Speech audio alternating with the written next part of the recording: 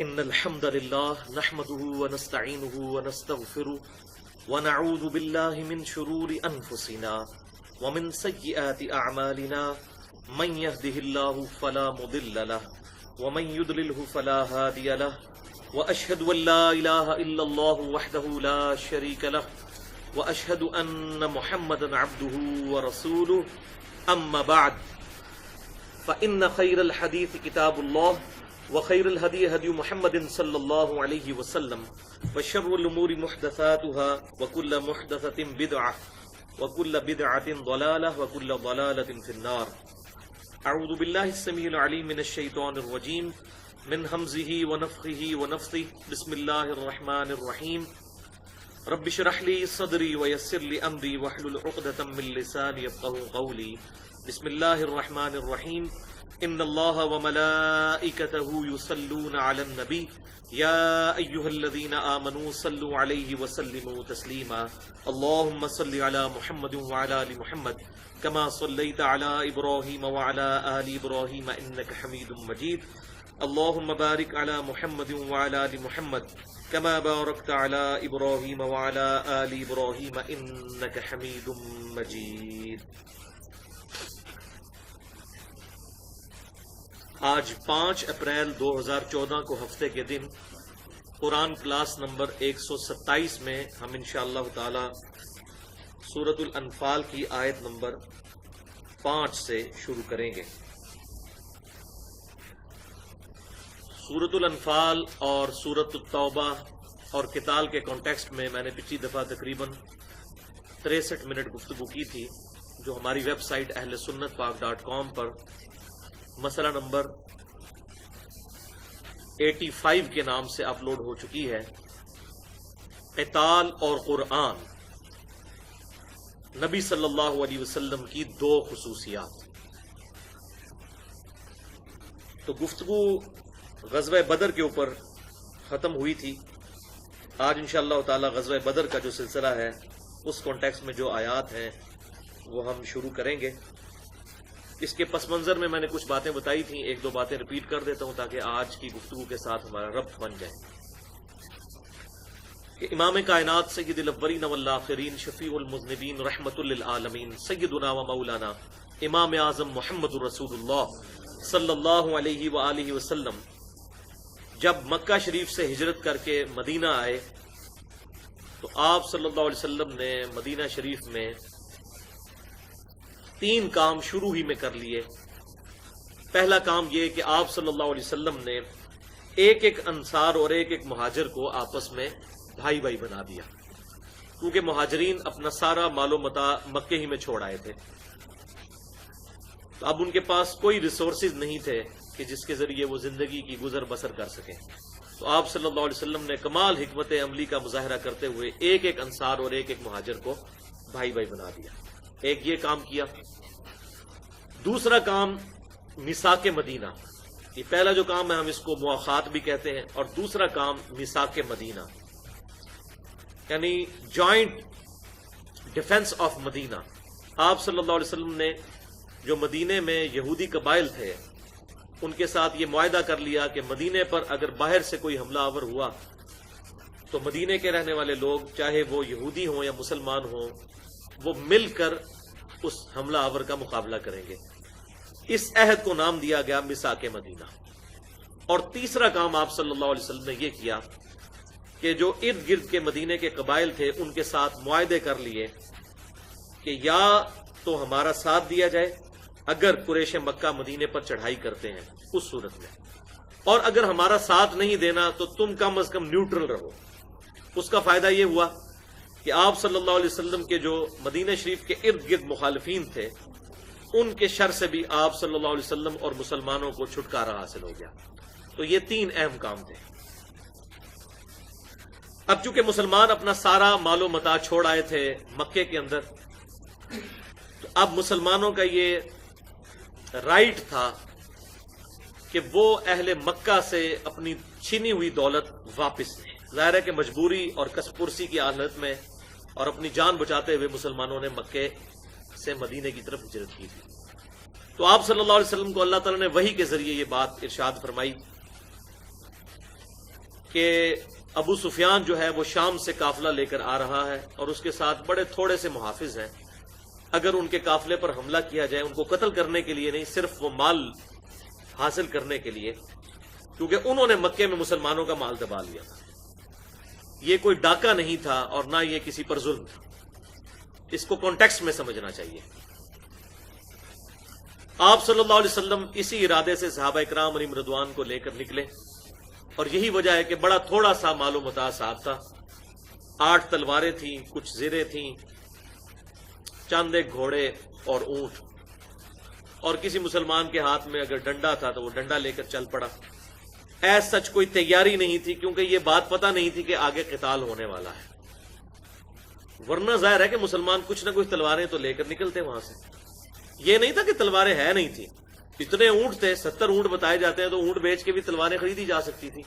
دراصل وہ نکلے ہی ابو سفیان کا قافلہ جو ہے اس سے دولت کو حاصل کرنے کے لیے، اور اس کا ذکر ابھی قرآن میں آ جائے گا. صحیح بخاری اور صحیح مسلم میں اس کی تفصیل بھی ملتی ہے.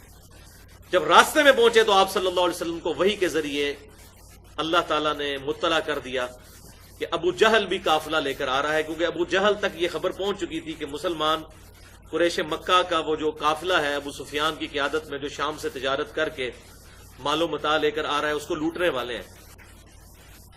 تو اس کی حفاظت کے لیے مسلمانوں کی طرف وہ چل پڑے ابو جہل لشکر لے کے، تاکہ مسلمانوں کو روکا جائے اس عمل سے. تو اب 2 مہمیں درپیش تھیں آپ صلی اللہ علیہ وسلم کو، اور اللہ تعالیٰ نے وحی کے ذریعے یہ وعدہ بھی دے دیا کہ دونوں میں سے ایک میں کامیابی میں تمہیں دوں گا.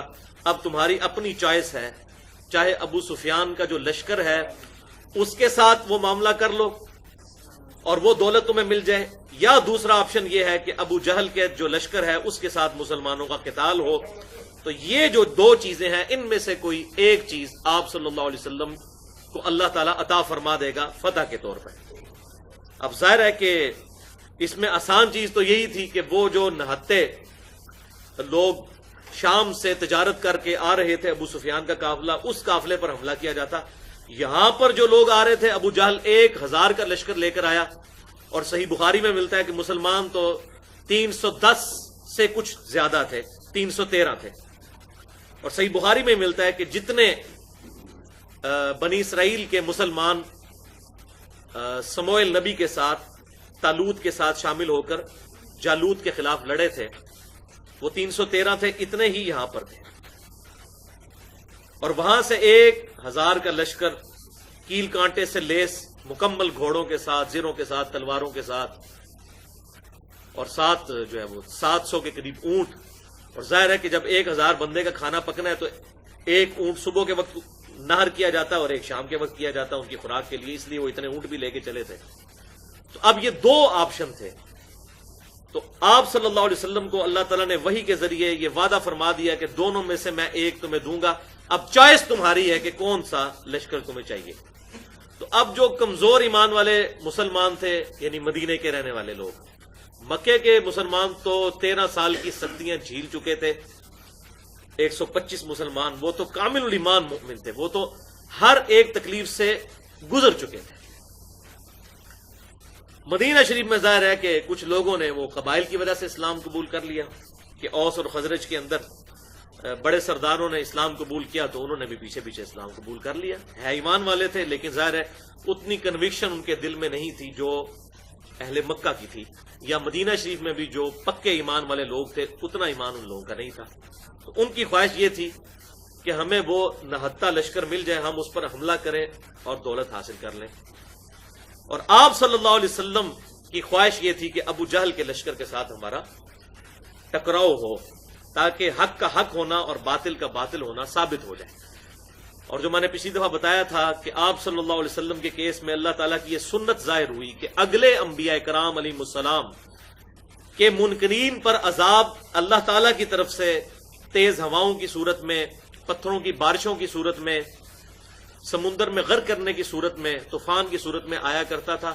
اور آپ صلی اللہ علیہ وسلم کے کیس میں وہ عذاب صحابہ کرام علیہم رضوان کے ذریعے اللہ تعالیٰ نے کفار پر نازل فرمایا، اور اس کی پہلی قسط غزوہ بدر آنے والی تھی. تو اب اس کا ذکر آ رہا ہے سورۃ الانفال کی آیت نمبر 5 سے، اور کانٹیکسٹ کیا شروع ہو رہا ہے؟ بسم اللہ الرحمن الرحیم، کما اخرج ربک من بیتک بالحق، بالکل اس طرح جس طرح کہ آپ صلی اللہ علیہ وسلم کو آپ کے رب نے نکالا اپنے گھر سے حق کے ساتھ، مقصد کے ساتھ۔ اس آیت کا تعلق پچھلی آیات کے ساتھ ہے کہ جیسا کہ مال غنیمت کے معاملے میں بھی صحابہ کرام علیہم رضوان میں اختلاف پیدا ہو گیا تھا، بالکل اس طریقے کا اختلاف غزوہ بدر سے شروع بھی ہوا تھا، اب اس اختلاف کا ذکر آ رہا ہے۔ وہ جو اختلاف ہے ہم اوپر پڑھ چکے۔ مال غنیمت کے حوالے سے مسلمانوں میں 3 گروہ بن گئے تھے۔ ایک وہ لوگ تھے جو میدان قتال میں کافروں سے لڑتے رہے، اور جب کافر بھاگ گئے تو انہوں نے سامان سمیٹنا شروع کر دیا۔ دوسرا گروہ وہ تھا جنہوں نے کافروں کا پیچھا کیا تاکہ کافر کہیں دوبارہ لوٹ نہ آئے، اور تیسرا گروہ وہ تھا جو آپ صلی اللہ علیہ وسلم کی حفاظت پہ مامور تھا۔ اب تینوں الگ الگ جو ہے وہ مال غنیمت کا دعویٰ کرتے تھے، لیکن مال غنیمت جو ہے وہ تو دوسروں نے سمیٹ لیا۔ تو اس پہ پھر آیت نازل ہوئی، یسألونک عن الانفال، اے محبوب صلی اللہ علیہ وسلم تم سے پوچھتے ہیں مال غنیمت کے بارے میں، قل الانفال للہ والرسول، تم فرما دو کہ مال غنیمت اللہ اور اس کے رسول کا ہے۔ فاتقوا اللہ، اللہ کا تقوی اختیار کرو، واصلحوا ذات بینکم، اور آپس میں ایک دوسرے کی اصلاح کی کوشش کرو، واطیعوا اللہ ورسولہ، اور اطاعت کرو اللہ اور اس کے رسول کی، ان کنتم مؤمنین، اگر تم واقعی مؤمنین ہو۔ اور پھر سورۃ الانفال کے 5ویں رکوع میں وہ مال غنیمت کس طرح تقسیم ہوگا، کتنا حصہ کس کو ملے گا، وہ ڈیٹیل آ جائے گی۔ تو اب اس کے ساتھ اللہ تعالیٰ جوڑ رہا ہے کہ صحابہ کرام علیہم رضوان کو بیسیکلی خطاب کیا جا رہا ہے کہ اس وقت بھی مال غنیمت کے ایشو میں بھی تم لڑے، اور اسی طرح کا اختلاف تمہارا اس سے پہلے غزوہ بدر کے کیس میں بھی ہوا، کما اخرجا، جیسا کہ ہوا تھا اس وقت اختلاف، جبکہ اے نبی صلی اللہ علیہ وسلم، اخرجا کا ربک من بیتک بالحق، آپ صلی اللہ علیہ وسلم کو آپ کے رب نے حق کے ساتھ، مقصد کے ساتھ اپنے گھر سے نکالا۔ وَإِنَّ فَرِيقًا مِّنَ الْمُؤْمِنِينَ لَكَارِهُونَ، اور بے شک مومنین میں سے ایک گروہ ایسا تھا جو کہ قتال کے معاملے میں دل میں کراہت کرتا تھا۔ ظاہر ہے زندگی تو سب کو پیاری ہوتی ہے، زندگی کی جو محبت ہے اور جینے کی خواہش، یہ تو اللہ تعالیٰ نے ہماری جبلت اور انسٹنکٹ میں ڈال دی ہے۔ تو یہ تمام مومنین کا حساب نہیں تھا، وہ مومنین جو ابھی کامل الایمان نہیں ہوئے تھے، یہ ان کا ذکر آ رہا ہے۔ یجادلونک فی الحق، اے محبوب صلی اللہ علیہ وسلم وہ مومنین آپ سے جھگڑا کر رہے تھے، آپ سے بحث کر رہے تھے، بعد ما تبین کانما یساقون الی الموت، بعد اس کے کہ ان پر حق واضح ہو چکا تھا کہ یہ اللہ کے رسول ہیں صلی اللہ علیہ وسلم، ان کی اطاعت ہم پر واجب ہے۔ آپ صلی اللہ علیہ وسلم اگر اس چیز کا ارادہ رکھتے ہیں کہ ان 2 گروہوں میں سے ہم نے ابو جہل کے ساتھ ٹکرانا ہے، تو تم اپنے نبی پر اعتماد کرو کہ اللہ تعالیٰ ان کی مدد فرمائے گا، نہ کہ یہ کہ تم کمزور لشکر کی طرف چل پڑو، ابو سفیان کے لشکر کی طرف۔ تو اے محبوب صلی اللہ علیہ وسلم یہ تم سے جھگڑ رہے تھے حق بات کے واضح ہو جانے کے بعد۔ جب آپ صلی اللہ علیہ وسلم کو حق مان لیا تو اس کے بعد آپ صلی اللہ علیہ وسلم کے حکم پر لبیک کہنا چاہیے تھا، چاہے اس کا نتیجہ کچھ بھی نکلنے والا تھا۔ تو اے محبوب صلی اللہ علیہ وسلم وہ آپ سے جھگڑا کر رہے تھے بعد اس کے کہ ان پر حق واضح ہو چکا، اور وجہ کیا تھی؟ کأنما یساقون الی الموت، گویا کہ ان کو ہانکا جا رہا ہو موت کی طرف، وہم ینظرون، اور وہ موت کو سامنے دیکھ رہے ہو۔ ظاہر میدان جنگ کا تو یہی معاملہ ہوتا ہے، تو جیسے موت کی دہشت طاری ہو جاتی ہے، اس وقت ان صحابہ کرام علیہم رضوان پر جو ابھی کامل الایمان نہیں تھے، موت کی دہشت طاری تھی، اس لیے وہ آپ صلی اللہ علیہ وسلم کے ساتھ بحث کر رہے تھے اس معاملے میں کہ نہیں، ابو سفیان کا جو لشکر ہے اس کی طرف جائیں گے اور ابو جہل کے لشکر کی طرف نہیں جائیں گے۔ لیکن اللہ تعالیٰ کو تو کچھ اور ہی منظور تھا۔ وَإِذْ يَعِدُكُمُ اللَّهُ إِحْدَى الطَّائِفَتَيْنِ، اور یاد کرو وہ وقت جبکہ اللہ تعالیٰ نے تم سے وعدہ کیا تھا کہ ان 2 گروہوں میں سے ایک تو تمہیں عطا فرما دے گا، چاہے ابو سفیان کا لشکر اور چاہے ابو جہل کا لشکر، جس پہ بھی حملہ کرو گے اللہ تعالیٰ تمہیں کامیابی دے گا۔ انہا لکم، کہ وہ تمہارے لیے ہے، دونوں میں سے ایک لشکر، وَتُوَدُّونَ أَنَّ غَيْرَ ذَاتِ الشَّوْكَةِ، اور تم پسند کرتے تھے نہتے گروہ کو، تکون لکم، کہ وہ تمہارے حصے میں آئے، یعنی ابو سفیان کا لشکر تم چاہتے تھے کہ ان کے پاس تو کوئی لڑنے والے لوگ موجود نہیں ہیں اور اس لشکر پہ ہم حملہ کریں، وہاں سے مال بھی مل جائے گا اور جان بخشی بھی ہو جائے گی، جبکہ اللہ تعالیٰ کچھ اور فیصلہ فرما چکا تھا، اور وہ یہ کہ صحابہ اکرام کے ذریعے کافروں پر عذاب استیصال کی پہلی قسط غزوہ بدر کی شکل میں گر پڑی۔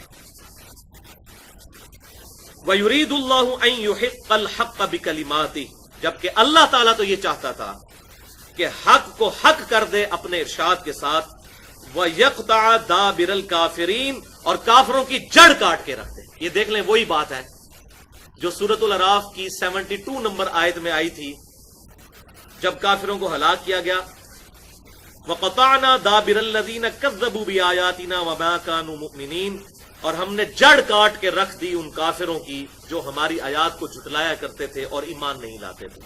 یہاں پر بھی اللہ تعالیٰ نے وہی الفاظ استعمال کیے ہیں، یہ اس بات کا ثبوت ہے، یہ عذاب استیصال کی پہلی قسط تھی کہ ان کی جڑ کاٹی جائے، اور جڑ کٹی ان کی، 70 سردار ان کے مارے گئے، 70 قیدی بنائے گئے۔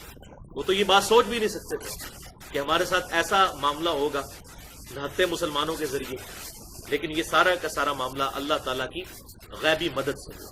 اچھا، اب یہ جو حالات بیان کیے جا رہے ہیں بیسیکلی یہ غزوہ بدر کے بعد آیات نازل ہوئی ہیں، یہ پہلے کی نہیں ہے، اس کے بعد ایکسپرٹ اوپینین اللہ تعالیٰ کا آیا ہے، جس طرح کہ سورہ ال عمران کے 6 رکوع غزوہ احد کے متصل بعد نازل ہوئے تھے،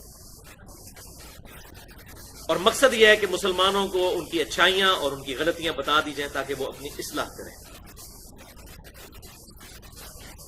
تو اللہ تعالیٰ جڑ کاٹ کر رکھ دے کافروں کی، وَلْيُحِقَّ الْحَقَّ وَيُبْطِلَ الْبَاطِلَ، اور حق کو حق ہونا ثابت کر دے اور باطل کا باطل ہونا، وَلَوْ كَرِهَ الْمُجْرِمُونَ، اگرچہ مجرم اس کو برا مانے۔ یعنی اللہ تعالیٰ نے حق کا حق ہونا اس غزوہ بدر کے اندر ثابت کرنا تھا، یہ اللہ تعالیٰ کا ارادہ تھا، اور ظاہر ہے کہ اللہ تعالیٰ نے اپنا ارادہ پورا فرمایا۔ اچھا، اب اس کی پوری ڈیٹیل جو ہے وہ آپ کو سیرت النبی پہ جتنی کتابیں لکھی گئی ان کے اندر مل جائے گی۔ صحیح بخاری میں بھی کتاب المغازی چیپٹر میں ایک پورا باب غزوہ بدر کے بارے میں موجود ہے، صحیح مسلم کے اندر بھی غزوہ بدر کے اوپر کتاب الجہاد کے اندر چیپٹر موجود ہے۔ اس کے علاوہ بھی اگر تفہیم القرآن پڑھیں آپ مولانا مودودی رحمہ اللہ کی، تو انہوں نے بھی ڈیٹیل کے ساتھ غزوہ بدر کے حالات نقل کیے ہیں سورۃ الانفال کی تفسیر میں۔ لیکن ساتھ ہی ساتھ دور حاضر میں بہت بڑا ایک کام ہوا، اگرچہ اس میں کچھ کمزوریاں موجود ہیں، لیکن میں سمجھتا ہوں کہ آج کے مسلمانوں کے لیے ماڈرن ایج میں ایک بہت بڑی خدمت ہے جو قطر ٹی وی نے کی عمر سیریز کے نام سے۔ 30 قسطوں پہ سیدنا عمر فاروق رضی اللہ تعالیٰ عنہ کو سینٹر کرتے ہوئے ان کے گرد 30 اقساط کے اوپر انہوں نے ایک پوری مووی بنائی، اور پروفیشنل مووی، ہالی ووڈ کی کسی فلم سے کم نہیں ہے اس کی پکچرائزیشن۔ آپ صلی اللہ علیہ وسلم کے اعلان نبوت سے 6 سال پہلے سے انہوں نے وہ سارا معاملہ شروع کیا، اور میں یہ بات دعوے سے کہتا ہوں، آپ ہزاروں تاریخ کی کتابیں پڑھ لیں آپ کو باتیں یاد نہیں رہیں گی، لیکن جس نے ایک دفعہ وہ عمر سیریز دیکھ لی ہے اس کو اسلام کی پوری ہسٹری سمجھ آ جائے گی کہ کس طریقے سے کس معاشرے کے اندر، اور وہ معاشرہ جو کن برائیوں میں ڈوبا ہوا تھا، وہاں آپ صلی اللہ علیہ وسلم نے دعوت حق بلند کی۔ تو یہ جو عمر سیریز ہے قطر ٹیلی ویژن کی، اور یہ ظاہر ہے کہ یہ کوئی عام لوگوں نے نہیں بنائی، بلکہ اس کو جو کنسلٹنٹ تھے ان کے، اس وقت دنیا میں مسلمانوں کے لیڈنگ اسکالر جو ہیں یوسف القرضاوی، جن کی عمر تقریباً 88 سال ہے اور وہ قطر میں مفتی اعظم ہیں۔ اس کے علاوہ ڈاکٹر علی سلابی جو آج کے دور میں بہت بڑے اسلامک ہسٹورین ہیں، ان کی خدمات حاصل کی گئیں اور بڑے اچھے انداز میں اس کو پریزنٹ کیا گیا۔ بہرحال انسانی کوشش ہے، غلطیاں بھی ہیں اس میں، لیکن اوورآل ایک اچھی کوشش ہے۔ اس میں غزوہ بدر بھی پورا انہوں نے فلمایا، غزوہ احد بھی، اور اسی طریقے سے باقی واقعات سیدنا عمر کی شہادت تک، یعنی آپ صلی اللہ علیہ وسلم کی اعلان نبوت سے 6 سال پہلے سے لے کر سیدنا عمر کی شہادت تک، یہ پورے کا پورا انہوں نے اس کو فلمایا۔ کچھ واقعات بیچ میں چھوڑ بھی دیے، لیکن اوورآل ایک اچھی کوشش انہوں نے کی۔ تو اس میں بھی غزوہ بدر کی جو پوری ڈیٹیل ہے بڑے احسن انداز کے اندر انہوں نے اس کو فلمایا ہے۔ اس سے پہلے بھی 70s میں کوشش ہوئی تھی ہالی ووڈ کی طرف سے دا میسج فلم، جس کی اب اردو میں بھی ڈبنگ ہو چکی ہے، لیکن ظاہر ہے کہ وہ پرانی ٹیکنالوجی تھی اس وقت، اس میں وہ پرفیکشن نہیں جو اس عمر سیریز میں۔ آپ یوٹیوب پہ لکھیں عمر سیریز، OMER اور آگے سیریز، تو عمر سیریز کھل جائے گی۔ اور ابھی تک اس کا اردو میں ترجمہ نہیں ہوا، یہ عربی میں بنائی گئی ہے، اور اس کا ٹیسٹ یہ ہے کہ یہ عربی میں ہے۔ آپ کو واقعی وہ مزہ آتا ہے کہ واقعی جو صحابہ کرام علیہم رضوان کا آپس میں جو رہن سہن تھا، اور اس وقت جو مشرکین عرب کی جو سوشل لائف تھی، اس کو پریزنٹ کیا ہے انہوں نے صحیح انداز میں۔ انگلش سب ٹائٹل کے ساتھ بھی آ چکی ہے، یعنی کہ انگلش نیچے لکھی ہوئی آتی ہے، لیکن انگلش میں ابھی ڈبنگ نہیں ہوئی، نہ اردو میں ہوئی ہے۔ اردو میں کہاں سے ہونی ہے؟ یہاں پہ تو زور ہے ڈراموں کے اوپر اور غلط قسم کی موویز کی ڈبنگ کے اوپر۔ اب یہ اسلام کی وہ خدمت کرے، اور پھر دوسری طرف مولویوں سے بھی بہت لوگ ڈرتے ہیں کہ چینل ہمارا بند نہ کروا دیں مولوی، کہ وہ ڈبنگ ہو تو مولوی فتویٰ لگانا شروع کر دیں۔ تو ظاہر ہے ان کی سمجھ میں تو بات دیر سے آتی ہے، اتنی جلدی سمجھ نہیں آتی۔ پہلے یہی لوگ تھے جو ویڈیو فلم کے بڑے مخالفین تھے، ہم اس وقت بھی دلائل کے ساتھ یہ بات کرتے تھے کہ بھائی ویڈیو فلم کا معاملہ بالکل ڈفرنٹ ہے، تصویر کا معاملہ بالکل ڈفرنٹ ہے، اس کو مکس نہ کریں۔ لیکن اب آپ دیکھ لیں، آپ کے سامنے ان کو سمجھ آ گیا، اب یہ ٹی وی سے ہٹتے ہی نہیں ہیں، ہر وقت ٹی وی میں بیٹھے رہتے ہیں، اپنے اپنے چینل سب نے تقریباً لانچ کر دیے ہیں۔ تو آپ صلی اللہ علیہ وسلم کی زندگی کے بارے میں اور صحابہ کرام علیہم رضوان کی زندگی کے بارے میں یہ عمر سیریز ایک بہترین کوشش ہے قطر ٹیلی ویژن کی، تو میں نے یہاں پر ضروری سمجھا کہ میں اس کو بیان کر دوں۔ اب 9 نمبر آیت سورۃ الانفال کی، آپ صلی اللہ علیہ وسلم اور صحابہ کرام کی دعائیں، اس کا ذکر آیا ہے۔ اذ تستغیثون ربکم، اور یاد کرو جب تم فریاد کر رہے تھے اپنے رب سے، فاستجاب لکم، تو اس نے تمہاری فریاد سن لی، دعا سن لی، انی ممدکم بألف من الملائکۃ مردفین، کہ بے شک میں 1000 فرشتوں کے ساتھ جو قطار در قطار اتریں گے تمہاری مدد فرمانے والا ہوں۔ یہ آپ صلی اللہ علیہ وسلم کو تسلی دے دی گئی کہ اگر 1000 کا لشکر ابو جہل لے کر آ گیا تو میں 1000 فرشتے نازل کر دوں گا، لیکن یہ فرشتے صرف مسلمانوں کی تسلی کے لیے، باقی فرشتوں کے ذریعے کیا ہونا تھا؟ اللہ تعالیٰ خود مدد فرمانے والا ہے۔ اور اسی کا ذکر وہ یونیورسل ٹروتھ بھی، مسلمانوں کا عقیدہ بھی ساتھ کلیئر کر دیا گیا کہ فرشتوں کے اوپر نہ رہنا۔ وما جعلہ اللہ الا بشرا ولتطمئن بہ قلوبکم، اور ہم نے فرشتوں کو نہیں بنایا تھا مگر صرف بشارت، اور یہ اس لیے کہ تمہارے دل جو ہیں وہ اطمینان پکڑ جائیں کہ اچھا 1000 کافر آ رہے ہیں تو 1000 فرشتے بھی نازل ہوں گے مدد کے لیے۔ وَمَن نَّصْرُ إِلَّا مِنْ عِندِ اللَّهِ، اور یہ بات یاد رکھو کہ مدد نہیں تھی مگر صرف اللہ کی طرف سے۔ یہ فرشتوں نے کیا کرنا تھا؟ مدد اللہ کی طرف سے، اصل مدد اللہ کی۔ یہ فرشتے صرف تمہارے دل کو استقامت دینے کے لیے اور دل کو سکون دینے کے لیے تھے کہ 1000 فرشتے آ گئے جی۔ ان اللہ عزیز الحکیم، بے شک اللہ تعالیٰ غالب ہے اور حکمت والا ہے۔ وہ غالب ہے، بغیر فرشتوں کے بھی کافروں کا خاتمہ کر سکتا ہے، لیکن اس کی حکمت کا تقاضا یہ ہے کہ اس نے انسانوں کی وہ اس کمزوری کو، اس کو کمپنسیٹ کرنے کے لیے، جو انسان سوچتا ہے کہ 1000 آگے تو 1000 فرشتے، یہ اس نے حکمت عملی اڈاپٹ کی، ورنہ اللہ تعالیٰ کو ان چیزوں کی ضرورت نہیں، اللہ تعالیٰ غالب ہے الحمدللہ۔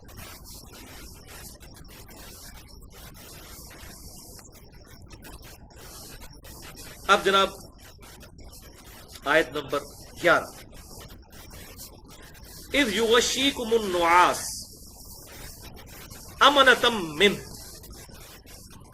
اور یاد کرو وہ وقت جب کہ تمہیں ڈھانپ لیا تھا غنودگی نے، امنۃ منہ، تاکہ وہ تمہارے لیے سکون کا باعث ہو۔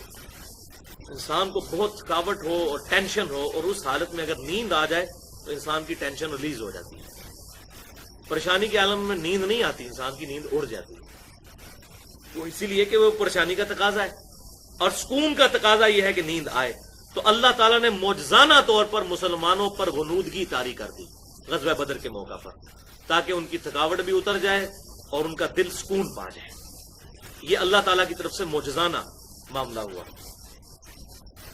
ایک یہ معجزہ ہوا۔ دوسرا وَيُنَزِّلُ عَلَيْكُم مِّنَ السَّمَاءِ مَاءً، اور آسمان سے پانی اتار دیا، بارش ہو گئی۔ جنگ سے ایک دن پہلے، غزوہ بدر سے ایک دن پہلے اللہ تعالیٰ نے بارش وہاں پر نازل فرما دی، اس لیے لِيُطَهِّرَكُم بِهِ، تاکہ وہ تمہیں پاک صاف کر دے اس کے ذریعے، پانی کے ذریعے۔ وَيُذْهِبَ عَنْكُمْ رِجْزَ الشَّيْطَانِ، اور تم سے اس پانی کے ذریعے شیطان کی گندگی دور کر دے۔ وَلِيَرْبِطَ عَلَىٰ قُلُوبِكُمْ، اور تمہارے دلوں کو مضبوط کر دے۔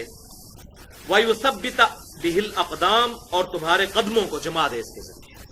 یہ کتنے مقاصد اس بارش میں۔ بارش ہونے سے کیا ہوا؟ سب سے پہلے تو اس گرمی کے موسم میں پانی کی ٹینشن دور ہو گئی۔ جب بارش ہوئی تو مسلمان اونچی جگہ پہ تھے، وہاں پر انہوں نے پانی کو ایک حوض کے اندر جمع کر دیا، اور سائملٹینیسلی کافر نچلی جگہ پہ تھے، جہاں پر انہوں نے آنا تھا وہاں پر ساری کیچڑ جمع ہو گئی۔ شیطان کی گندگی کیا دور ہوئی؟ ایک تو ظاہری وہ چیز ہے، انسان غسل کر سکتا ہے، وضو کر سکتا ہے، اس کے ذریعے بھی شیطان کی گندگی دور ہوتی ہے۔ دوسرا یہ کہ جب بارش ہوتی ہے تو انسان کا جو موڈ ہے نا، موڈ آف ہوا وہ ٹھیک ہو جاتا ہے، خوشگوار ہو جاتا ہے۔ تو مسلمان جو شروع میں ریلیکٹنٹ تھے جنگ کرنے کے بارے میں، اللہ تعالیٰ کی طرف سے یہ شروع میں ہی دو معجزانہ معاملات ہو گئے، جب کہ فرشتوں کی بشارت آ گئی اور دوسرا بارش نازل ہو گئی، اس کی وجہ سے ان کو بڑی تسلی ہو گئی، پانی کی ٹینشن نہ رہی، موسم خوشگوار ہو گیا، اور انہوں نے کافروں کے لیے وہ پانی کیچڑ بن گیا، اور مسلمانوں نے اس پانی کو سٹور کر دیا، اور اس کے ذریعے اللہ تعالیٰ نے ان کے قدم مضبوط کر دیے، کانفیڈنس آ گیا مسلمانوں میں۔ اچھا، یہاں پر آپ صلی اللہ علیہ وسلم کی دعا کا بھی میں ذکر ضروری سمجھتا ہوں، جو صحیح بخاری میں آتی ہے۔ آپ صلی اللہ علیہ وسلم اپنے خیمے میں اللہ کے حضور اس طریقے سے دعا میں مشغول تھے کہ نہ اس سے پہلے نہ اس کے بعد آپ صلی اللہ علیہ وسلم نے کبھی اس طریقے سے دعا کی، اور یہ ایک محب اور محبوب کا تعلق ہے، جو آپ صلی اللہ علیہ وسلم نے جس انداز میں اپنے رب کے ساتھ دعا کی، فریگنس کا اعلیٰ ترین درجہ ہے۔ صحیح بخاری میں غزوہ بدر کے چیپٹر میں وہ دعا موجود ہے کہ آپ صلی اللہ علیہ وسلم نے اللہ کے حضور دعا کی کہ اے اللہ، اگر تو چاہتا ہے کہ قیامت تک تیری عبادت نہ کی جائے تو آج کافروں کو مسلمانوں پہ غلبہ دے دے۔ لیکن کتنا ڈیفرنٹ انداز ہے بات کرنے کا۔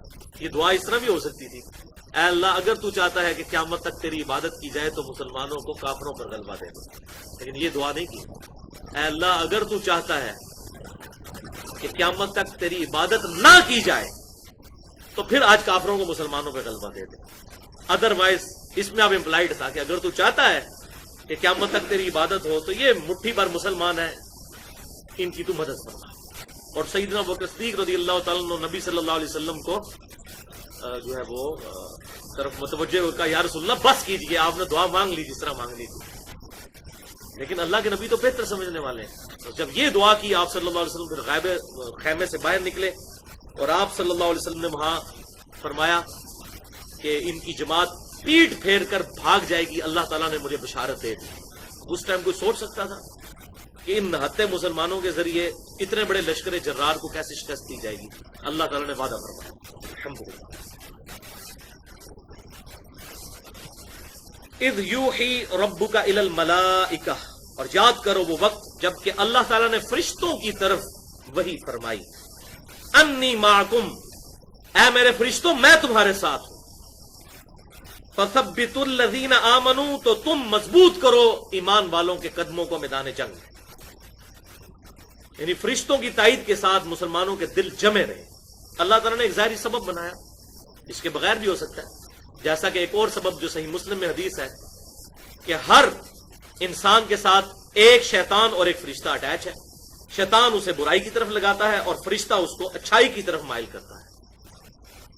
اور اندر سے بعض اوقات انسان جب اچھا کام کرتا ہے تو اندر سے انسان کو فیل ہوتا ہے جیسے اندر سے کوئی اسے شاباش دے رہا ہے، اور بیسیکلی فرشتہ ہی وہ اس کا اللہ تعالیٰ کی طرف سے قدم مضبوط کرنے والا ہوتا ہے۔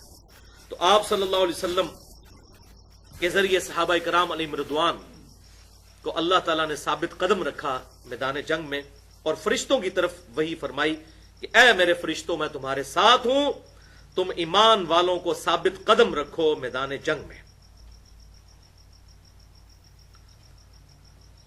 سألقی فی قلوب الذین کفروا الرعب، ان قریب میں ان کافروں کے دل میں رعب ڈال دوں گا۔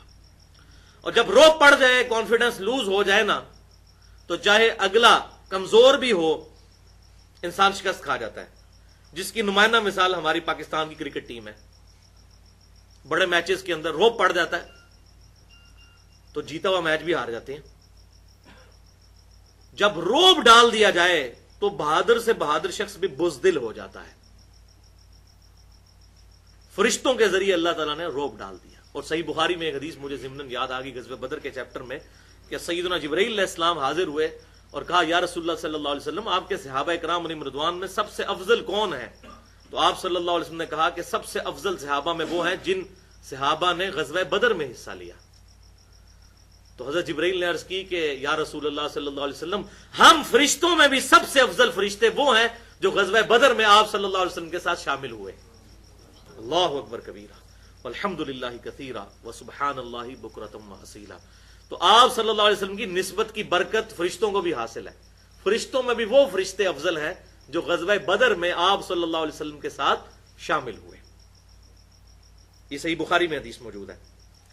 تو فرشتوں کو اللہ نے وحی کی کہ میں تمہارے ساتھ ہوں، تم ایمان والوں کے قدم کو جماؤ، ان قریب میں کافروں کے دلوں میں رعب ڈال دوں گا۔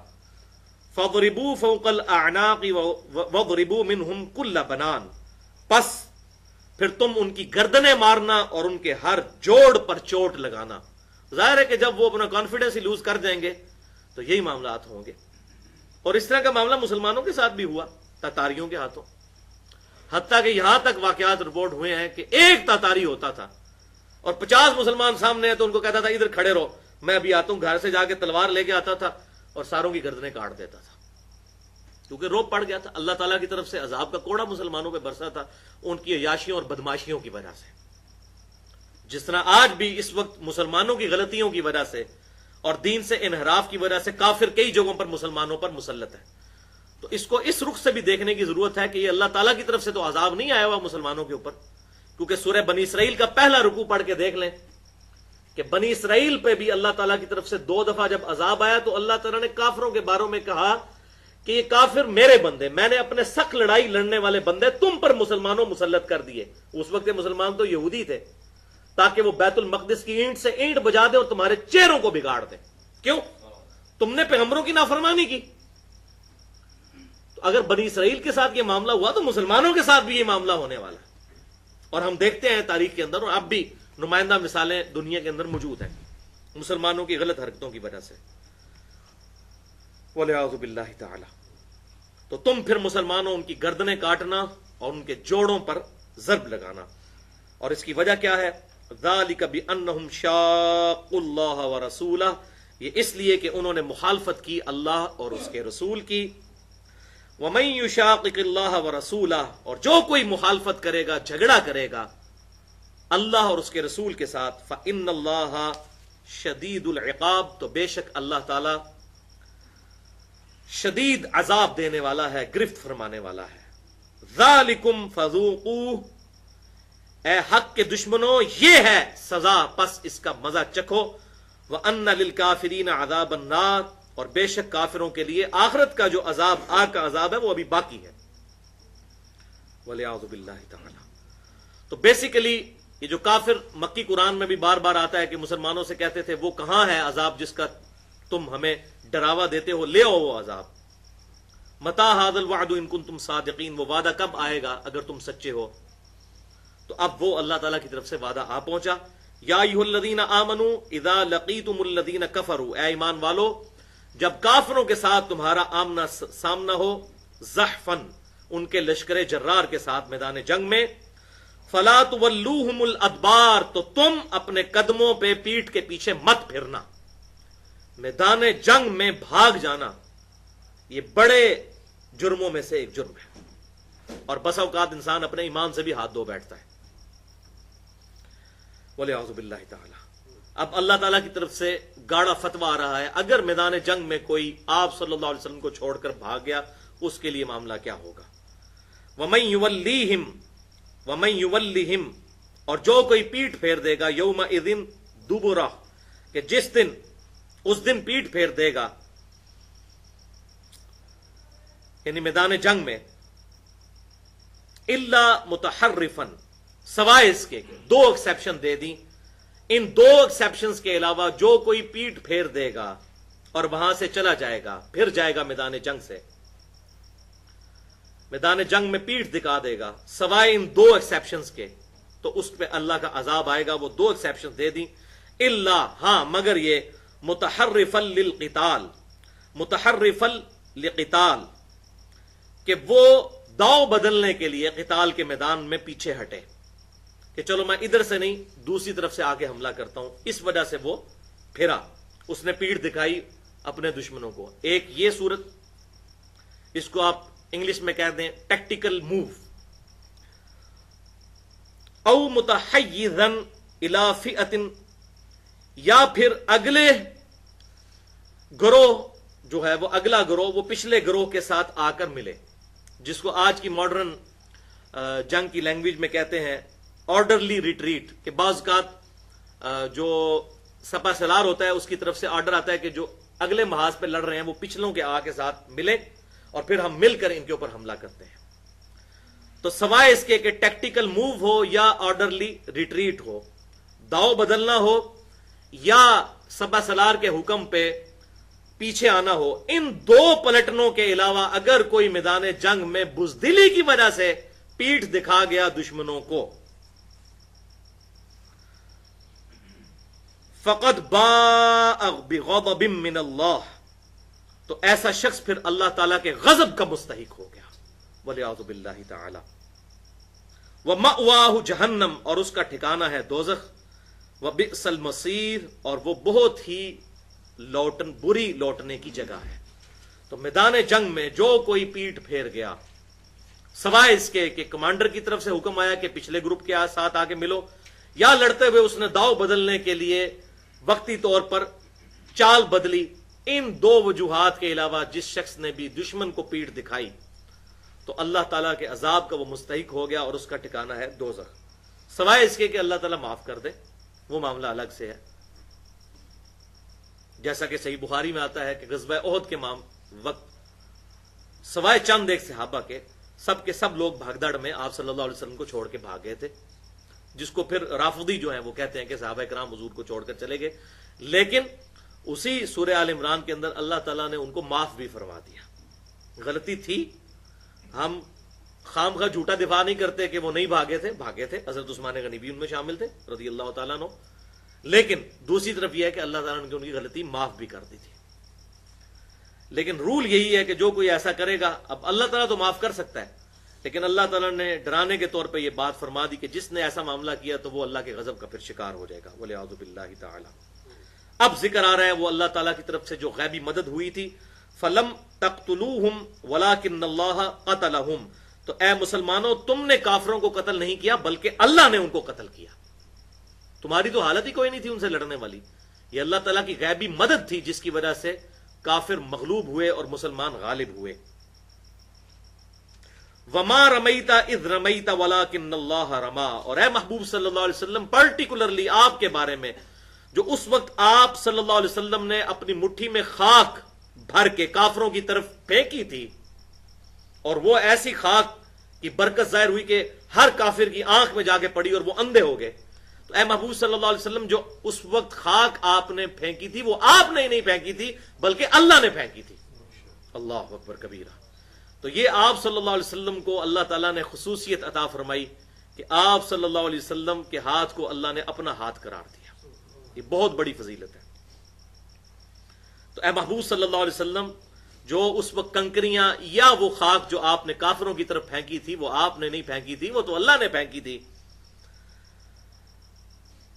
وَلِيُبْلِيَ الْمُؤْمِنِينَ مِنْهُ بَلَاءً حَسَنًا تاکہ اللہ تعالیٰ مومنین پر بہترین احسان فرمائے ظاہر ہے یہ احسان ہی ہے کہ کافروں کی آنکھوں میں جا کے پڑی اور کافر جو ہیں وہ پشت دکھا گئے اور مسلمانوں کو غلبہ ان پر حاصل ہوا ان اللہ سمیع علیم بے شک اللہ تعالیٰ سننے والا اور جاننے والا ہے ذالکم وان اللہ موہن کیدل کافرین، اور یہ تو ہوا اور بے شک اللہ تعالی کمزور کرنے والا ہے کافروں کے مکر و فریب کو. ان تستفتحوا، اب وہ آگئی بات، اے کافرو تم فیصلہ طلب کرتے تھے نا، بار بار کہتے تھے کب آئے گا عذاب، کب آئے گا وہ فتح کا دن، متی ھذا الفتح ان کنتم صادقین، متی ھذا الوعد ان کنتم صادقین.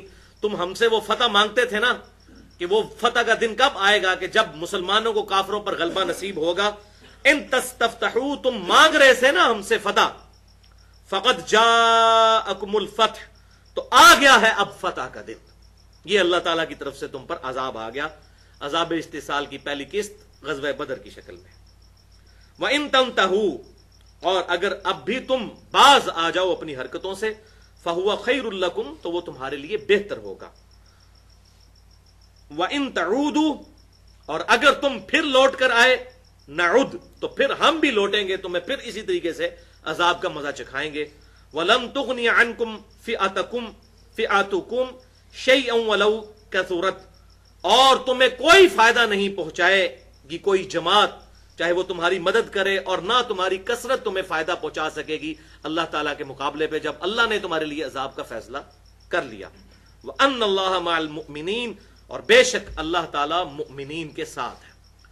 تو اس میں بھی بیسیکلی کافروں کو یہ دھمکی دی گئی کہ اب اس واضح فتح کے بعد بھی تمہیں یقین آ جانا چاہیے کہ یہ اللہ کے پیغمبر ہیں، اور آپ صلی اللہ علیہ وسلم کی اللہ تعالیٰ نے مدد فرمائی. کیونکہ ابو جہل کا بھی یہی خیال تھا. ابو جہل نے جو غزوہ بدر سے ایک دن پہلے دعا کی، اس نے بھی اللہ کو پکارا، اور اس دعا کا کچھ حصہ یہاں پر آگے سورۃ الانفال میں بھی آ جائے گا کہ اے اللہ اگر واقعی یہ تیرا پیغمبر حق ہے اور ہم اس پر ایمان نہیں لا رہے تو آسمان سے ہم پر پتھروں کی بارش نازل کر دے. اور پھر وہ کہتے دیکھو کوئی پتھر نازل نہیں ہوئے لہذا یہ جھوٹے ہیں. اسی طریقے سے اے اللہ اس محمد کو ہلاک کر دے، معاذ اللہ استغفر اللہ، جس نے رحمی رشتوں کو توڑ دیا، باپ کو بیٹے سے، بیٹے کو باپ سے، بھائی کو بھائی سے جدا کر دیا. ظاہر ہے جب گھر میں بیٹے نے اسلام قبول کر لیا، باپ ابھی کفر پہ ہے، تو ظاہر جدائی تو آ گئی. ہم قریش ایک جماعت تھے، اس محمد صلی اللہ علیہ وسلم نے آ کے یہاں پر پھوٹ ڈالی مسلمان اور کافر کی بنیاد کے اوپر. تو اے اللہ اس کو ہلاک کر جس نے ہمارے اندر یہ پھوٹ ڈال دی. وہ بھی اللہ سے مانگتے تھے. تو اللہ تعالیٰ نے کہا کہ اچھا، اور پھر وہ کہتا تھا کہ یہ غزوہ بدر فیصلہ کرے گا کون حق پر ہے، جس کی فتح ہوگی وہ حق پر ہوگا. تو اصل میں اس کو ابو جہل کو یہ جواب دیا جا رہا ہے، ان تستفتحوا فقد جاءکم الفتح، تم فتح ہی مانگتے تھے نا ابو جہل مجھ سے دعا کر کے، تو دیکھو میری طرف سے فتح آ گئی، لیکن تمہارے لیے نہیں، محمد صلی اللہ علیہ وسلم اور ان کے فالورز کے لیے. لہذا یہ بات تم پر بالکل واضح ہو جانی چاہیے کہ اللہ تبارک و تعالی آپ صلی اللہ علیہ وسلم کے ساتھ ہے. اور ابو جہل خود بھی مارا گیا. تو پچھلے کافروں کو اللہ تعالیٰ فرما رہا ہے کہ اب بھی اس میں خیریت ہے کہ تم حق بات قبول کر لو، ادروائز اگر تم نے دوبارہ کوئی ایسی ایکٹیویٹی کی تو اللہ تعالیٰ کا دوبارہ عذاب آئے گا. اور وہ بھی آیا پھر غزوہ احد کی شکل میں. وہاں اللہ تعالیٰ نے فرشتے نازل فرما کے مسلمانوں کو وہاں بھی فتح دی، لیکن وہاں پر مسلمانوں سے آپ صلی اللہ علیہ وسلم کے معاملے میں کچھ نافرمانی ہو گئی، اور جس کا وبال پھر مسلمانوں پر آیا، اور آپ صلی اللہ علیہ وسلم کے بھی دانت مبارک شہید ہوئے. وہ ہم آلریڈی سورہ ال عمران میں 6 رکوع کور کر چکے ہیں اس کانٹیکسٹ میں. تو اللہ تعالیٰ نے فرمایا کہ اے کافرو تمہاری کثرت تمہیں کوئی فائدہ نہیں دے گی، ہم مومنین کے ساتھ ہیں. اگر دوبارہ تم نے کوئی ایسی حرکت کی تو دوبارہ عذاب تم پر آئے گا.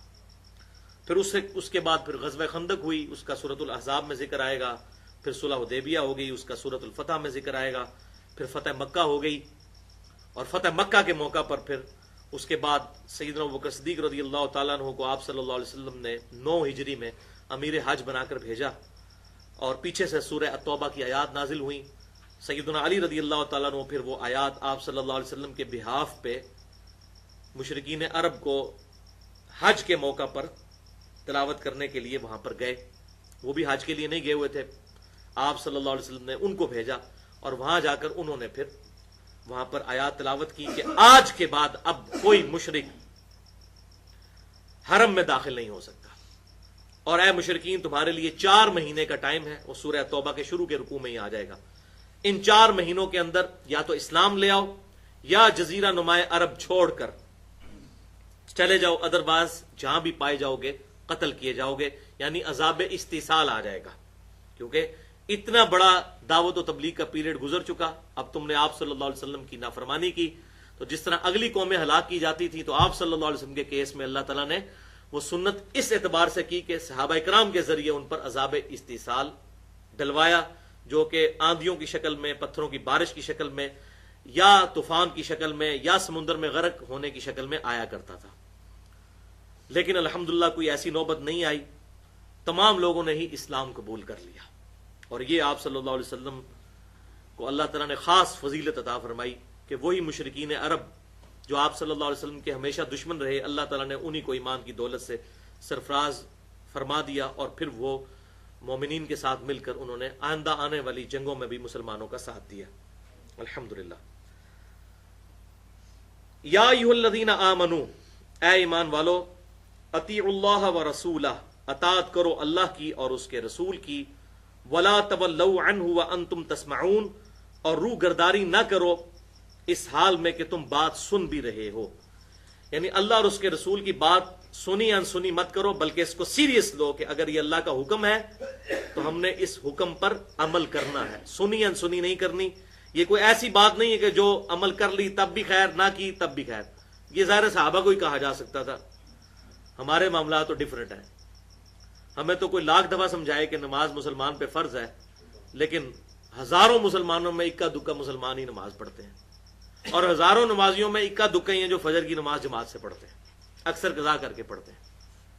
تو یہ ایسے لولے لنگڑے مسلمان اللہ تعالیٰ کو نہیں چاہیے۔ اللہ تعالیٰ کو تو ایسے مسلمان چاہیے کہ سنتے ہو تو اس کو پھر سیریس لو، روگردانی مت کرو۔ وَلَا تَكُونُوا كَالَّذِينَ قَالُوا سَمِعْنَا وَهُمْ لَا يَسْمَعُونَ، اور دیکھنا ان کی طرح نہ ہو جانا کہ جو کہتے تو تھے ہم نے بات سن لی لیکن وہ سننے والے نہیں تھے، سنی انسنی کرتے تھے۔ کون؟ یہودی۔ سورۃ البقرہ میں ان کا ذکر آ گیا کہ وہ کہتے تھے، بڑی پیغمبر اپنے وقت کے پیغمبر کی بات بڑے خوش و خضوع کے ساتھ سنا کرتے تھے، لیکن بعد میں اپنی مرضی کیا کرتے تھے، ایون پیغمبروں کو انہوں نے قتل بھی کیا۔ تو اے مسلمانوں، تم ایسا معاملہ نہ کرنا۔ اب اللہ تعالیٰ کی طرف سے گاڑا فتویٰ آ رہا ہے، ان شر الدواب عند اللہ، بے شک سب سے بدترین جانور وہ ہیں۔ انسانوں کو جانوروں کے ساتھ تشبیہ دی جا رہی ہے۔ کون ہے؟ سم البکم الذین لا یعقلون، کہ جو بہرے اور گونگے ہیں اور اپنی عقل کو استعمال نہیں کرتے۔ سب سے بدترین جانور وہ ہیں۔ اب اللہ تعالیٰ نے جو لوگ اپنی عقل استعمال نہیں کرتے ان کو جانوروں کے ساتھ تشبیہ دی ہے، اور یہی میں کہتا ہوں کہ اسلام ہی وہ ریلیجن ہے جس نے انٹلیکٹ کو استعمال کرنے پہ انسانیت کو ابھارا ہے۔ وَلَا تَقْفُ مَا لَيْسَ لَكَ بِهِ عِلْمٌ، اے انسان کسی چیز کی پیروی اس وقت تک مت کر جب تک کہ تجھے اس کے بارے میں علم حاصل نہ ہو جائے۔ ان السمع والبصر والفؤاد كل اولئک کان عنہ مسئولا، بے شک آنکھ، کان اور عقل اس کے بارے میں پوچھا جائے گا کہ تم نے ان تین اعضاء کو استعمال کر کے حق بات حاصل کرنے کی کوشش کیوں نہیں کی۔ اور اسی حوالے سے جو میں نے تقریباً 1 مہینے پہلے گفتگو کی تھی، ہو کریٹڈ گاڈ، اور جدید شیطانی وسوسوں کا تحقیقی جائزہ، مسئلہ نمبر 83B، اس کے شروع میں بھی 15 منٹ تمہید اسی پر تھی کہ قرآن پاک نے اور اسلام نے اس بات کے اوپر ایمفیسائز کیا ہے کہ اپنی عقل کو استعمال کیا جائے، اور جو لوگ اپنی عقل کو استعمال نہیں کرتے اولئک کالانعام بل ہم اضل، وہ چوپایوں کی مانند ہیں بلکہ ان سے بھی گئے گزرے ہیں۔ سورۃ الاعراف میں یہ گزرا کہ وہ جانوروں سے بھی بدتر ہیں۔ یہاں تو آیا نا کہ وہ سب سے بدترین جانور ہیں، وہاں آیا کہ وہ جانوروں سے بھی، چوپایوں سے بھی بدتر ہیں جو اپنی عقل کو استعمال نہیں کرتے۔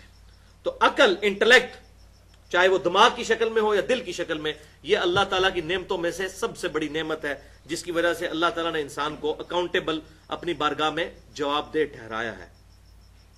وَلَوْ عَلِمَ اللَّهُ فِيهِمْ خَيْرًا لَأَسْمَعَهُمْ، اگر اللہ تعالیٰ ان میں کوئی خوبی جانچ لیتا تو ضرور ان کو سنوا دیتا، یعنی زبردستی ان کو سنوا دیتا اگر ان کے اندر کوئی خیر کا عنصر باقی ہوتا۔ یہ اب ان کافروں کا ذکر آ رہا ہے کہ وہ کافر جن کو حق کھل چکا تھا لیکن انہوں نے جان بوجھ کے حق سے اناد کیا۔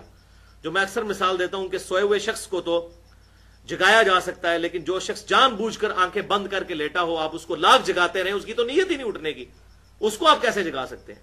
تو اللہ تعالیٰ فرما رہا ہے اگر ان کی نیت اٹھنے کی ہوتی نا ہم ان کو جگا دیتے، یہ تو جاگے پہلے ہی ہوئے ہیں، آنکھیں بند کر کے لیٹے ہوئے ہیں. وَلَوْ أَسْمَعَهُمْ لَتَوَلَّوْا وَهُمْ مُعْرِضُونَ، اور بالفرض اگر ہم انہیں جان بوجھ کے اٹھا بھی دیتے، یعنی بات سنوا دیتے، اور ان معنوں میں آپ سمجھ لیں جان بوجھ کے ہم ان کو اٹھا بھی دیتے جو آنکھیں بند کر کے لیٹے ہوئے ہیں، ان کو سنوا بھی دیتے، تب بھی وہ پیٹ پھیر جاتے اور روح گردانی ہی کرتے. کیونکہ یہ تو اندر کی کنوکشن ہے جو بات کو ماننے پہ انسان استقامت اختیار کرتا ہے. جب انسان تلا ہوا ہے گمراہی کے اوپر اور حق قبول ہی نہیں کرنا چاہتا، کبوتر کی طرح آنکھیں بند کر کے رکھی ہوئی ہیں، پھر ظاہر ہے کہ بلی آئے گی اور اس کی گردن مروڑ دے گی.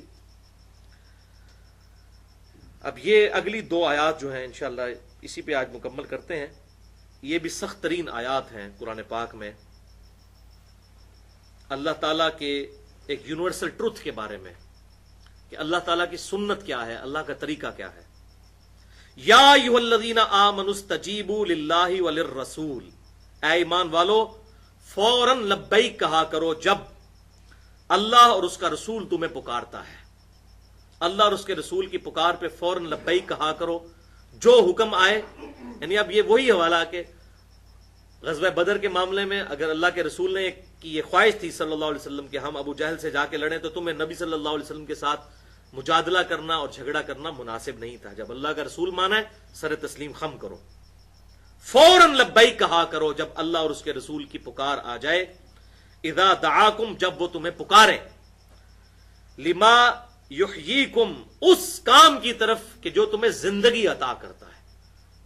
یعنی قتال، تم تو موت کو سامنے دیکھ کر ڈر رہے ہو، اصل زندگی یہ ہے کہ انسان اللہ کی راہ میں اپنی جان قربان کر دے اور آخرت میں اللہ تعالیٰ سے ہمیشہ کی زندگی حاصل کر لے. تو اللہ تعالیٰ نے قتال کو کہا اس میں زندگی ہے تمہارے اندر. اور صحیح مسلم میں ایک حدیث ہے کہ جس شخص کے دل میں اللہ کی راہ میں شہید ہونے کی تمنا نہ ہو تو وہ منافقت کی ایک شاخ پر مرے گا، وَلِعَاذُ بِاللَّهِ تعالی. اور بخاری اور مسلم کی متفق علیہ حدیث ہے، اے اللہ میری خواہش ہے کہ میں تیری راہ میں قتل کیا جاؤں، پھر زندہ کیا جاؤں، پھر قتل کیا جاؤں، پھر زندہ کیا جاؤں، پھر قتل کیا جاؤں، پھر زندہ کیا جاؤں، پھر قتل کیا جاؤں، پھر زندہ کیا جاؤں. تو آپ صلی اللہ علیہ وسلم نے اس کے ذریعے امت کو ترغیب دلائی کہ ہر وقت اپنی جان اپنے رب کے حضور پیش کرنے کے لیے انسان تیار رہے. لیکن اس کام کے لیے نہیں کہ اس جان کے ذریعے مسلمانوں کی جانیں لینا شروع کر دیں، جو اکثر جہادی تنظیمیں جس کے اندر اس وقت دنیا کے اندر مشغول ہیں کہ مسلمان کا گلا کاٹنے پہ اس کو فخر سمجھ رہا ہے اور اس کو اسلام کا نفاذ سمجھ رہا ہے کہ یہ ہمارا اب نظام جو ہے وہ قائم ہو گیا کہ ہم نے ایک مسلمان نے اللہ کے نام پہ دوسرے مسلمان کو قتل کرنا شروع کر. یہ اس قتال کا ذکر نہیں ہو رہا، یہ پرٹیکولر صحابہ کرام علیہم رضوان کے قتال کا یا اس منہج پر جو بھی قیامت تک قتال ہوگا. تو جب اللہ اور اس کا رسول تمہیں بلائیں زندگی کی طرف، آخرت کی زندگی کی طرف، فوراً لبیک کہا کرو. وَاعْلَمُوا، اور یہ جان لو، کان کھول کر سن لو، ان اللہ یحول بین المرء وقلبہ، کہ بے شک اللہ تعالی حائل ہو جاتا ہے انسان کے دل اور اس کے ارادوں کے درمیان. وَلِعَاذُ بِاللَّهِ تعالی. یعنی اللہ تعالی اگر اللہ تعالیٰ اور اس کے رسول کی نافرمانی کی تو پھر بعد میں یہ حالت ہوگی کہ اللہ تعالیٰ حائل ہو جائے گا، تمہیں بات سمجھ نہیں آئے گی. یعنی یہ وہی چیز ہے جو ختم اللہ علی قلوبہم وعلی سمعہم، اللہ تعالیٰ کی مہر لگ جائے گی دلوں پر بھی، آنکھوں پر بھی، کانوں پر بھی. تو اس بات سے ڈرو، اللہ تعالیٰ حق بات کو قبول کرنے اور دل عقل کے درمیان حائل ہو جائے گا خود. سورۃ الانعام میں بھی ہم نے 110 نمبر آیت میں یہ بات پڑھی اور اس پہ میں نے پورا لیکچر بھی دیا تھا تقریباً 2 گھنٹے کا، مسئلہ نمبر 79 کے نام سے، اللہ، انسان اور شیطان. اس میں نے وہ آیات بھی کوٹ کی تھی کہ اللہ تعالیٰ کی تقدیر کب انسان پر غالب ہوتی ہے؟ جب انسان خود اپنے لیے گمراہی خریدتا ہے. اللہ تعالیٰ تو کبھی نہیں چاہتا کہ اس کے بندے دوزخ میں جائیں. اگر یہ چیز ہوتی تو اللہ تعالیٰ انبیاء کرام کو دنیا میں مبعوث کرتا اور کتابیں بھیجتا. اللہ نے تو آخری درجے میں جا کر انسانیت کی فلاح کی کوشش کی ہے، بلکہ کامل کوشش ہے، کوشش نہیں اسے کہنا چاہیے، کامل حکمت عملی اختیار کی ہے. اس کے باوجود اگر خود دوزخ میں جانا چاہے، اللہ تعالیٰ کا جلال اس پر آ جائے گا. اور یہ مسلمانوں یاد رکھو، اس کو ہلکا نہ سمجھنا. ہو سکتا ہے کسی موقع پر تم نبی صلی اللہ علیہ وسلم کی نافرمانی کرو اور یہ سمجھ لو کہ ہم بعد میں معافی مانگ لیں گے، تو ایسا نہیں ہوگا. پھر اللہ تعالیٰ حائل ہو جائے گا تمہارے دل اور تمہارے ارادوں کے درمیان. تم چاہو گے بھی تو تمہیں اسلام کے اندر اٹریکشن فیل نہیں ہوگی. وَلِعَاذُ بِاللَّهِ تَعَالَى. وَأَنَّهُ إِلَيْهِ تُحْشَرُونَ، اور بے شک تمہیں لوٹ کر اسی کی طرف لے جایا جانا ہے، اسی کی طرف تم جمع کیے جاؤ گے. وَاتَّقُوا، اور ڈر جاؤ، فِتْنَةً لَا تُصِيبَنَّ الَّذِينَ ظَلَمُوا مِنْكُمْ خَاصَّةً، اس فتنے سے کہ جو خالص صرف ان لوگوں پر نہیں آئے گا کہ جو ظلم کرنے والے ہیں، بلکہ سب پر آ جائے گا. اور اس کو بھی میں نے بریف کیا ہے پہلے بھی کئی دفعہ، امر بالمعروف و نہی عن المنکر کے حوالے سے. جامع ترمذی، سنن ابی داؤد اور سنن ابن ماجہ میں حدیث ہے کہ آپ صلی اللہ علیہ وسلم نے فرمایا کہ اگر کوئی شخص ظلم ہوتا دیکھے اور اس بات پر قدرت رکھتا ہو کہ اس ظلم کو روکے، اور دوسری روایت میں آتا ہے ابو داؤد ترمذی کی کہ وہ برائی ہوتا دیکھے اور اس بات پر قادر ہو کہ وہ برائی کو اپنے ہاتھ سے روک سکے اور وہ برائی کو نہ روکے، تو اللہ تعالیٰ کا عذاب سب پر آ جائے گا. چاہے وہ خود گناہ کرنے والا نہ بھی ہو تب بھی اللہ کا عذاب اس پر آ جائے گا. اور اس کے ثبوت میں یہ آیت بھی آ گئی کہ ڈر جاؤ اللہ تعالیٰ سے کہ جب اللہ تعالیٰ کی طرف سے کوئی فتنہ آزمائش آئے گی تو وہ خالصتاً صرف ظالم لوگوں کے لیے نہیں آئے گی جو تم میں سے ہے، سب پر آ جائے گی. اگر تم نے ظلم کو روکنے کی کوشش نہ کی، نیوٹرل ہو گئے، تب بھی تم پر آ جائے گی اللہ تعالیٰ کی طرف سے وہ آزمائش، اللہ تعالیٰ کا عذاب. وَاعْلَمُوا أَنَّ اللَّهَ شَدِيدُ الْعِقَابِ، اور خوب جان لو کہ بے شک اللہ تعالیٰ سخت عذاب دینے والا ہے. رحم فرمانے والا بھی ہے لیکن سخت عذاب دینے والا بھی ہے.